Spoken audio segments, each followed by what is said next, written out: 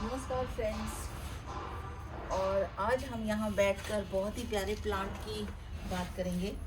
और ये काफ़ी स्लो ग्रोथ है। सर्दियों में तो काफ़ी सारी डोरमेंसी में चले जाते हैं। और डिटेल में आज इस पाम की रख रखाव की बात करेंगे। ये है लेडी पाम और इसको रेफिस एक्सेल्सा भी कहते हैं। आउटडोर इसको कहीं भी लगा सकते हैं, बहुत चलता है। थोड़ा स्लो है लेकिन जब बढ़ता है तो तेज़ी से बढ़ता है। तो नमस्कार, आपका सिमरन गार्डनिंग ब्लॉग में स्वागत है और वीडियो में आखिर तक बने रहना। आज इस लेडी पाम के बारे में आपको सारी जानकारी दी जाएगी। तो ये इंडोर भी है, इंडोर प्लांट भी है। आउटडोर में कैसे है, इंडोर में कैसे करते हैं, क्या करना होता है, तो चलो इसको आज हम देखते हैं। तो इसको ये देखिए, जो इनकी ये जड़ों से जब यहाँ से निकलता है पाम, इसकी जो नीचे की बिल्कुल अलग तरीके की होती हैं, जो स्टेम्स होती हैं। एयर प्योरीफाइंग तो है ही है और इसको कहीं भी रख सकते हैं। हवा को शुद्ध करता है और जो हवा में मौजूद टॉक्सिन होते हैं उनको ये एब्जॉर्ब करता है। तो ये बहुत ही अच्छी बात है कि आपके कमरे को तो शुद्ध करेगा। और इसे अगर हम बाहर लगाते हैं तो हेज के तरीके से भी कर सकते हैं और प्लांटर में भी लगा सकते हैं, जैसे कि मैंने प्लांटर में लगाए हुए हैं।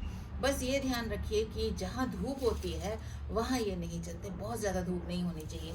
यहाँ पर मेरे पास सर्दियों में तो 1 घंटे की धूप 2 घंटे की आती है और गर्मियों में भी इतनी ज़्यादा धूप यहाँ नहीं आती है, क्योंकि अगर ज़्यादा गर्मी होती है तो ये प्लांट परेशान हो जाता है। और इसको 15 डिग्री से 30 डिग्री तक सेल्सियस की ही गर्मी अच्छी बर्दाश्त कर पाता है।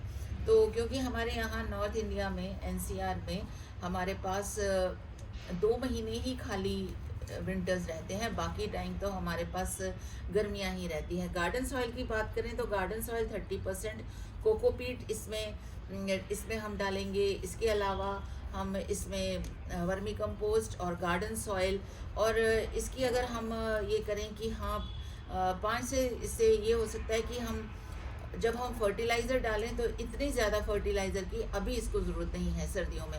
और इसकी मिट्टी बिल्कुल भुरभुरी होनी चाहिए। भुरभुरी मिट्टी के साथ ये है कि अगर आप नर्सरी से इसको लाते हैं तो छोटे पॉली बैग में लाएंगे तो थोड़ा टाइम इसको यहाँ पर अपने गार्डन में या जहाँ लगाना है उसको आप रख दीजिए, निकाल कर अपने पॉट में। क्योंकि जब ये शौक में आ जाता है, जगह बदलने से भी ये सारे प्लांट्स शौक में आ जाते हैं। पॉट में लगाएं। पॉट का होल और ड्रेनेज होल बहुत ही अच्छा होना चाहिए इसका। और जब आप इसको 10 से 12 दिन थोड़ा सेमी सनलाइट में इसे रखें, हल्की वाटरिंग करते रहें। इसके बाद फिर निकाल कर किसी ऐसी जगह पे रख दें जहाँ पर कि सुबह की 2-4 घंटे की धूप आती है। मेरे पास यहाँ ढलती धूप आती है तो इसलिए मुझे इसकी ज़्यादा केयर नहीं करनी पड़ती। और साथ में ये लो मेंटेनेंस प्लांट है, एयर प्योरीफायर है। और इसके साथ साथ ये मिट्टी जो इसकी है बहुत कीचड़ या मॉइस्ट नहीं होनी चाहिए।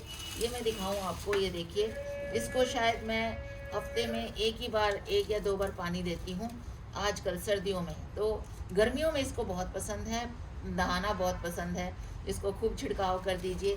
तो ये इसकी मिट्टी है, ना ज़्यादा बुरबुरी है और ना ज़्यादा ये ऐसे कीचड़ी सी है। तो थोड़ा पानी दें। और मेरे पास यहाँ पर जो है ये यहाँ बाहर रखे हुए हैं, इंडोर प्लांट नहीं है। हाँ, साथ साथ इनकी ये जो लीव्स गिरी होती हैं, स्पेंट लीव्स होती हैं, इनको साफ़ करना तो बहुत ज़रूरी है। और इसके साथ साथ जहाँ रखना है वहाँ पर बहुत से लोग अपने सहूलियत के हिसाब से अच्छा दिखने के लिए इसको रखते हैं कि हमारा ये कहाँ अच्छा लगेगा, लेकिन ऐसी बात नहीं है। थोड़ी सी रोशनी तो इसको भी चाहिए होती है, धूप तो हर को चाहिए होती है। और ये क्योंकि फोटोसिंथेसिस फिर कैसे करेगा, सिर्फ ये प्लांट वाला लीव्स वाला प्लांट है। तो और अगर इसके नीचे अगर आप कोई प्लेट रखते हैं तो जब पानी ड्रेनेज होके प्लेट में जाएगा तो उस प्लेट में जो पानी रह जाएगा वो रहना नहीं चाहिए, क्योंकि ये फिर उल्टा जो है ड्रेनेज के होल से ये उल्टा सोखने लग जाएगा पानी। तो इससे क्या होगा, ये ज़्यादा इसमें नमी रहेगी और ये नमी को बर्दाश्त नहीं करता है। ज़्यादा नमी तो इसको चाहिए ही नहीं है, इसको बिल्कुल कम नमी चाहिए। बहुत ही फन लविंग ये वाला प्लांट है। और आपका जो ये है कि पानी भी बहुत ज़्यादा नहीं पीते हैं। अगर गमले में देंगे गर्मियों में तो ऊपर से नहला दो, रोज़ पानी देने की भी ज़रूरत नहीं होती, एक दिन छोड़ के दे सकते हैं। और विंटर्स में तो हम ये देख ही रहे हैं, वैसे भी ये डोरमेंसी में जाते हैं, ना इनको फर्टिलाइज़र की ज़रूरत होती है और ना ही ज़्यादा पानी की ज़रूरत होती है।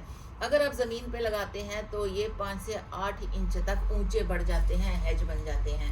लेकिन यहाँ पर मैंने इनको, ये 4 मेरे पास प्लांटर हैं और ये कटिंग से भी बड़े आराम से लग जाते हैं, लेकिन मॉनसून में। अब यहाँ देखिए, ये नीचे अपने आप ही इनकी ये डंडियाँ निकलती आती हैं, ये एक ये निकल रही है, एक ये निकल रही है, क्योंकि अब ये डोरमेंसी से ये हमारा जो पौधा है निकल चुका है। तो जब डोरमेंसी से ये निकल चुका है, अब निकल रहा है, कंप्लीट तो नहीं निकला लेकिन अब निकल रहा है। अगर इसकी ये जो लीव्स हैं, कई बार इसकी लीव्स जो हैं, कॉर्नर्स जो लीव्स के हैं, ये थोड़ा सा सूखने लग जाते हैं, तो इनको मैं तो कैंची से कट कर देती हूँ। और ये बताते हैं कि हमें ज़्यादा पानी मिल रहा है, कम पानी मिल रहा है तब भी ये ब्राउन हो जाएगा, ज़्यादा पानी मिल रहा है तब भी ये ब्राउन हो जाती हैं कॉर्नर्स।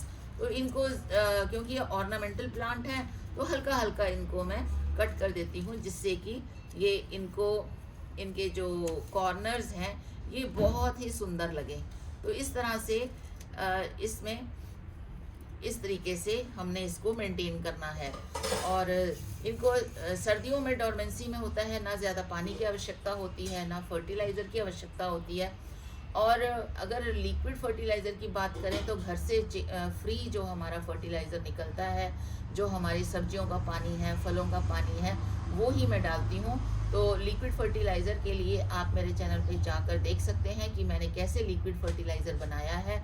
और अभी लेटेस्ट मैंने मौसमी फल जो हमारे पास कीनू आ रहा है उसका बनाया है, तो बहुत ही अच्छा उसने रिज़ल्ट दिया है। वो भी आप थोड़ा थोड़ा डाल सकते हैं, लेकिन ये जो फर्टिलाइज़र भी है ये हफ्ता या 15 दिन बाद आप डालें।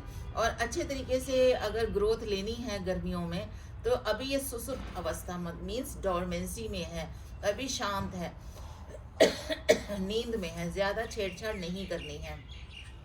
अगर ज़्यादा छेड़छाड़ करेंगे इससे तो ये मर भी सकता है शौक में आकर। तो हमने इसको मरने नहीं देना है।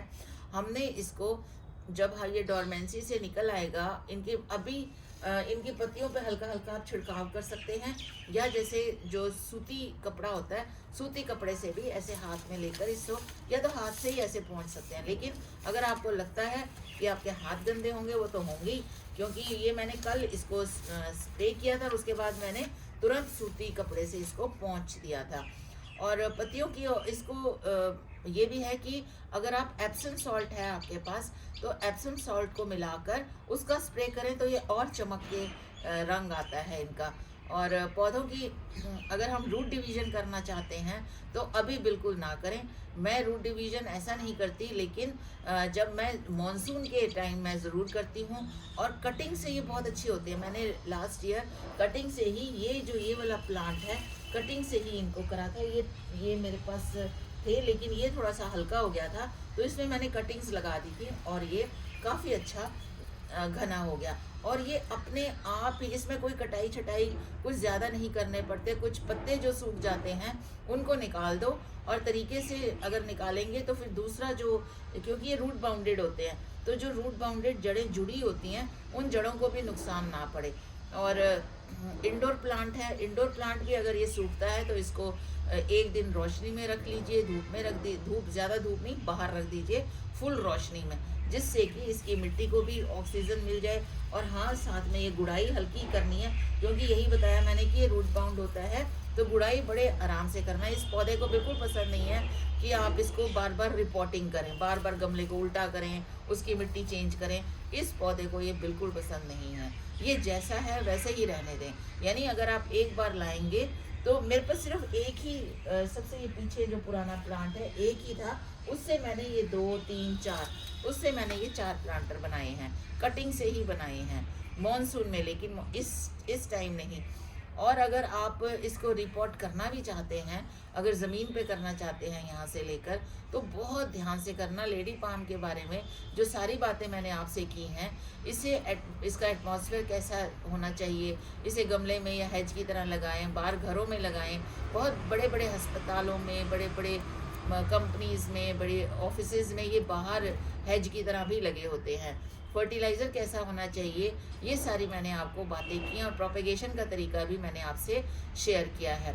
तो उम्मीद करती हूँ कि आपको ये पसंद आया होगा मेरा ये छोटा सा एरिका पाम लेडी पाम के बारे में।